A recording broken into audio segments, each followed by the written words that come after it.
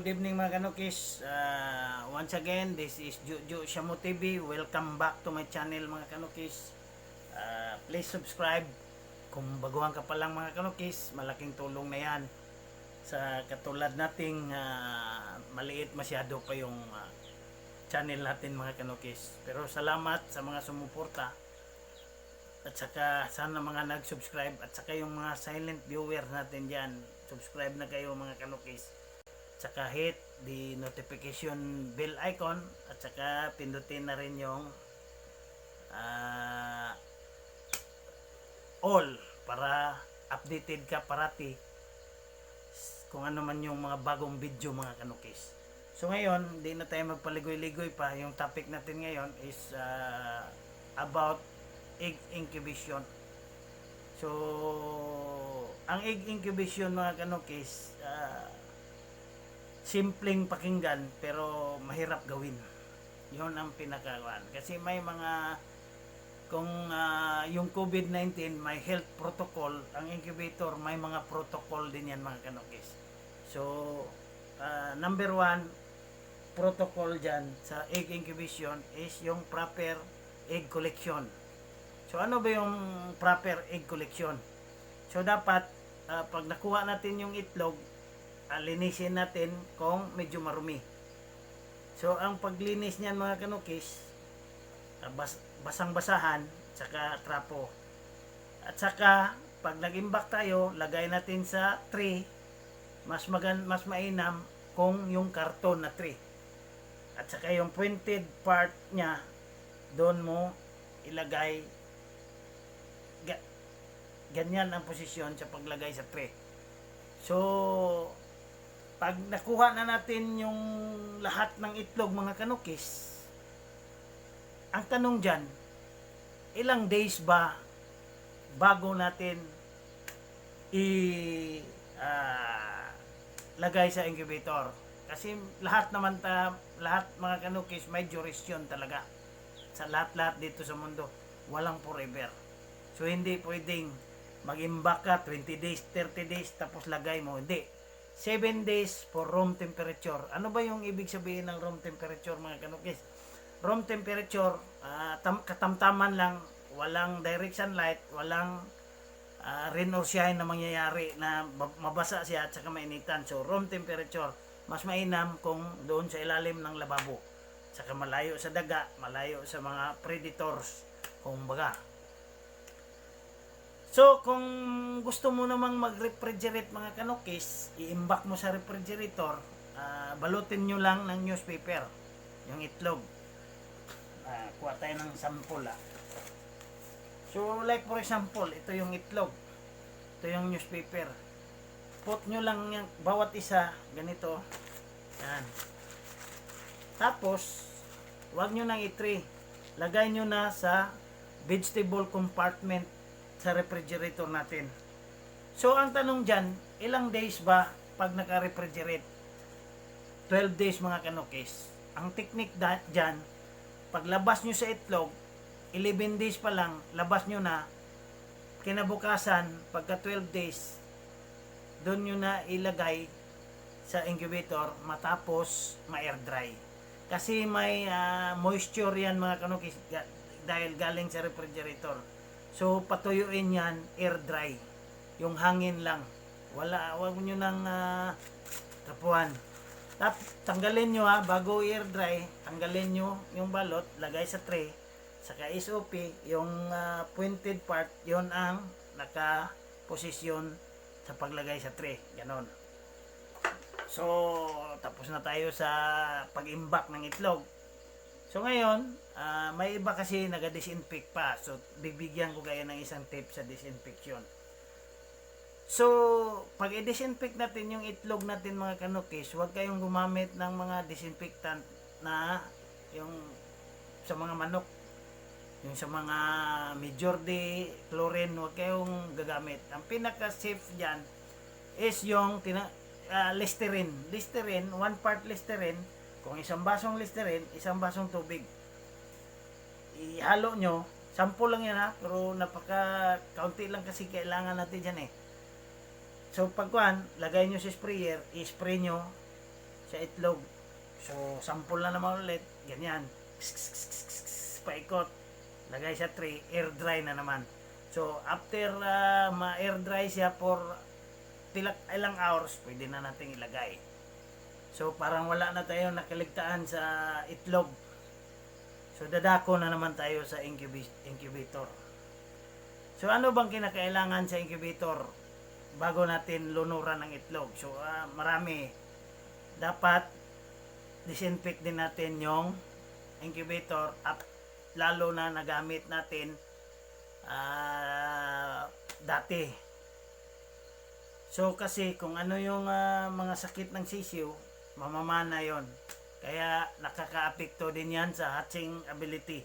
Kahit na tama yung proseso sa egg handling natin, pero ang incubator natin marumi. So ano bang i-disinfect? Pwede major day mga kanokis. Disinfect nyo yung incubator nyo major day. So tapos ma-disinfect, before natin lunod yung itlog natin, saksak natin, tingnan natin yung kondisyon ng incubator. So diyan na papasok ngayon yung tinatawag nating preheat. Pag preheat ganon, preheat natin, patay sindi na siya. Check natin yung okay.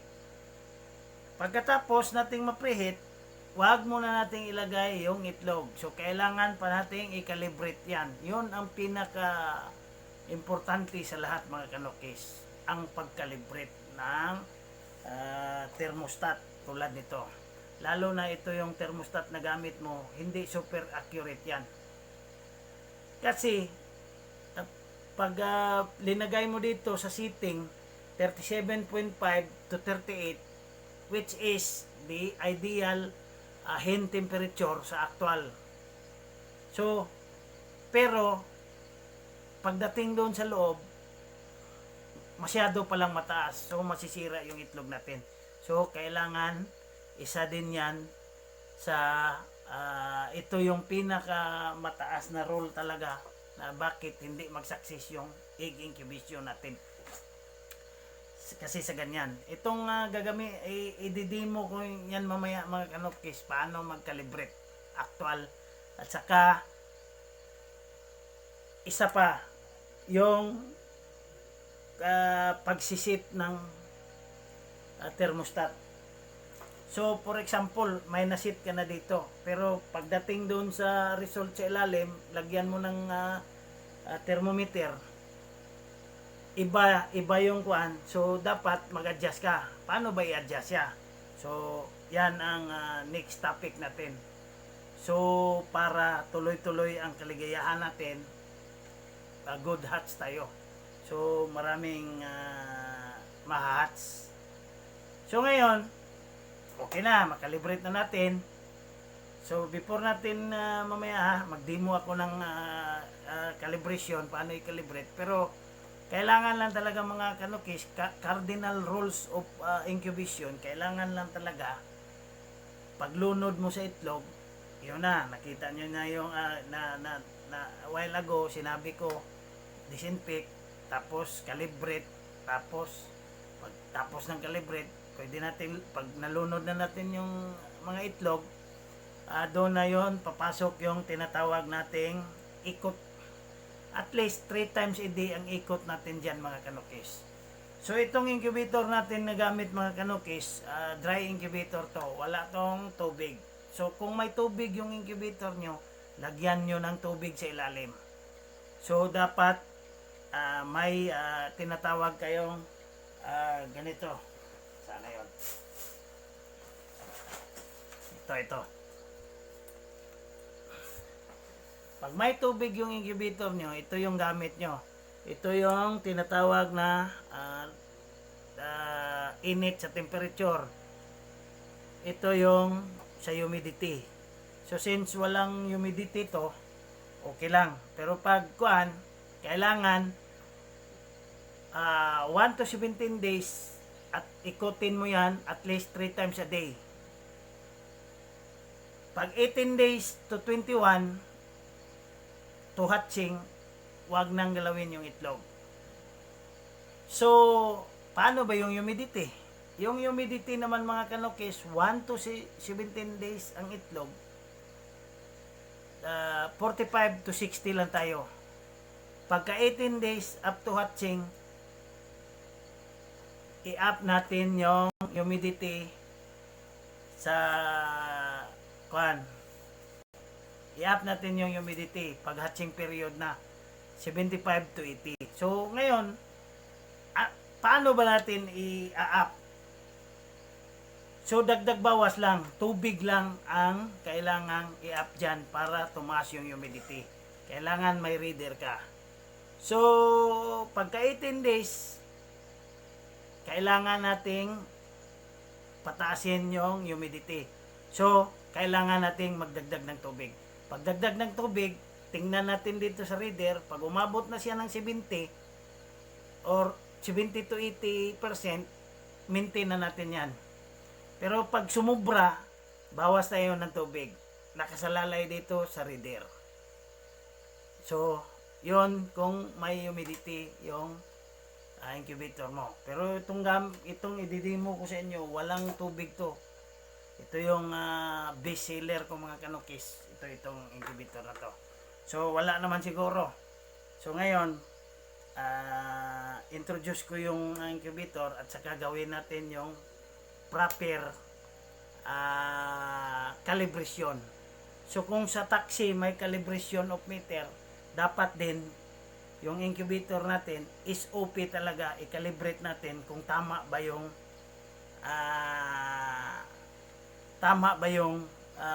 temperature setting na itatapon niya sa loob. Dahil sa loob nandoon yung itlog. Kasi mga kanukis, ang kailangan lang talaga natin pag mag-incubate tayo 37.5 to 38. Mas tataas dyan at saka bababa dyan, may epekto yan sa hatching ability. So pag ito yung gamit nating thermostat, mas lalo na kasi hindi to, ang accuracy nito nasa 70 lang siguro, 70%. So kailangan talaga natin i-calibrate. So ngayon, huwag na tayong magpaligoy-ligoy pa. Calibrate na natin yung incubator at saka tuturuan ko din kayo paano isi-set ito. For example, napindot ng bata. So di ka marunong mag-set, yung itlog mo masisira. So ngayon, ito na tayo mga kanukis.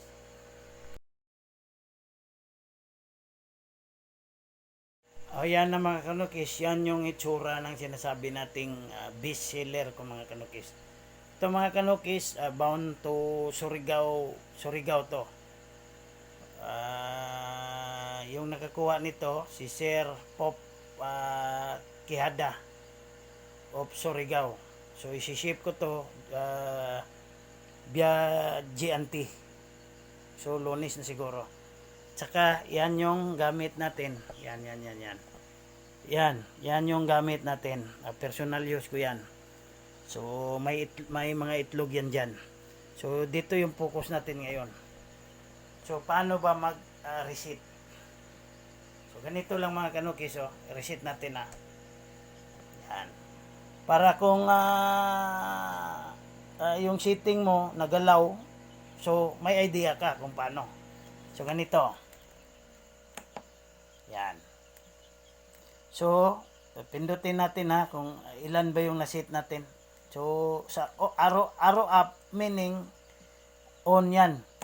So, 37.5 ang nilagay ko dyan.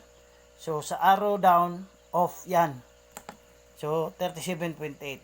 So, ngayon, ganyan na. So, pag gusto mong pataasan yan, ganito lang.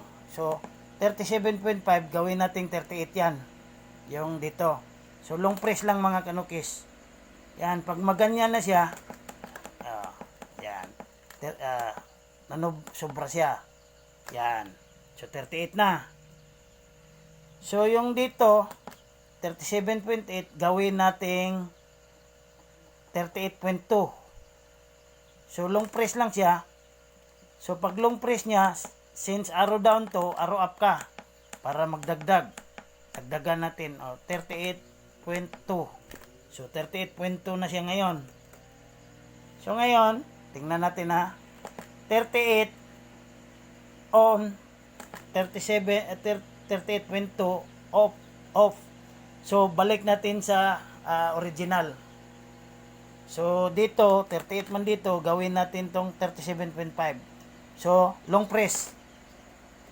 Pag mag-blink na, baba, arrow down ka. So binaba natin, ay lumampas.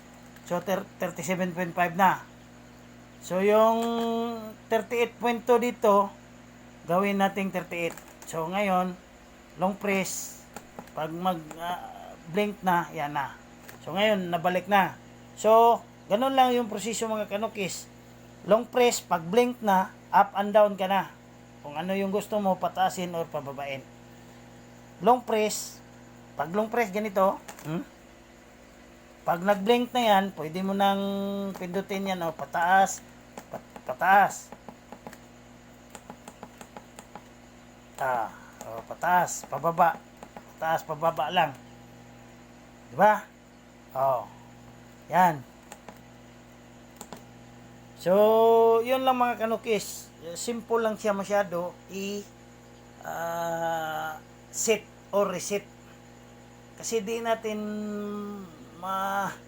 kuwan talaga na magalaw, lalo na may bata sa atin, or yung temperature reading niya sa loob, iba. So ngayon, punta na naman tayo sa calibration.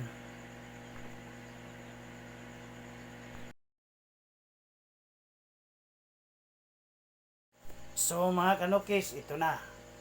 So calibrate natin to. Ganito lang mag-calibrate niyan mga kanukis. So adliban ko lang bakit natin i-calibrate. Kasi pag ganitong lahat kasi mga kanukis, may marginal error yan.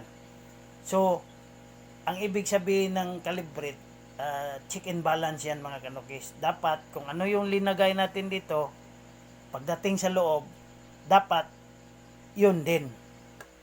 Di ba? Pero kung hindi masunod yan, mag-adjust na lang tayo. So yun ang calibration. Kasi pag linagay natin dito, ito ngayon, ito yung hand temperature 37.5 to 38. So dapat masunod yan doon sa ilalim. Yan mga kanukis, yan yung calibration. Kasi 38 yung maximum dito, pagdating sa ilalim, naka 40 siya or 41 or mababa siya, nasa 35. So yung hatching ability or baka hindi mapisa mga kanukis.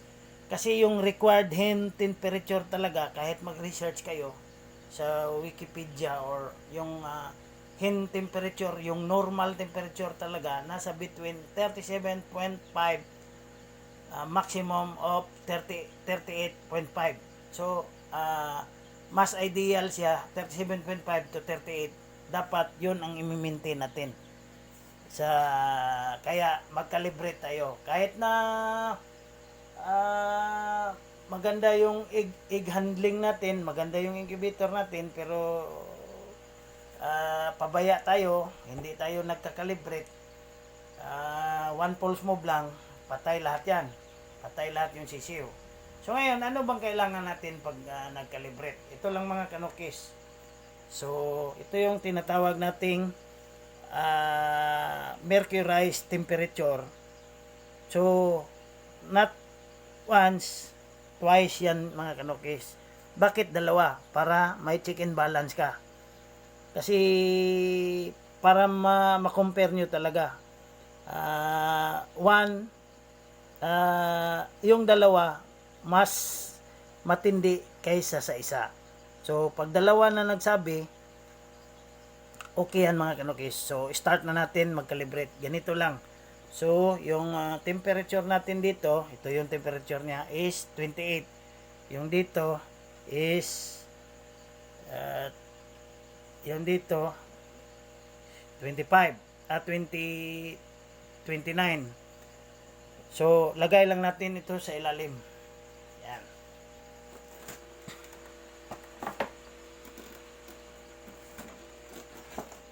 Yan mga kanukis, balikan natin yan after 1 hour.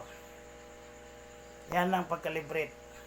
So yan na mga kanukis, kukunin na natin after 1 hour yung linagay nating dalawang thermometer, digital at saka yung old school na yung mercurize. So tingnan na natin. Ito lang ang calibration mga kanukis. So ito yung unahin natin. So 38.3 calibrated siya. So ito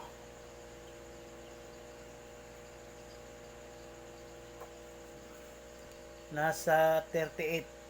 Yan. Ito. Yan. So nasa 38 siya mga kanukis, meaning right track tayo. So ngayon walang pagkakataon na makuha yung itlog natin masira kasi accurate siya eh. So kung ano yung linagay natin ditong maximum 38, yun din ang sa loob. So dalawa yung sinukat natin. Itong isa mercurize project type, ito digital. So sa dalawa point lang, wala kasing point to.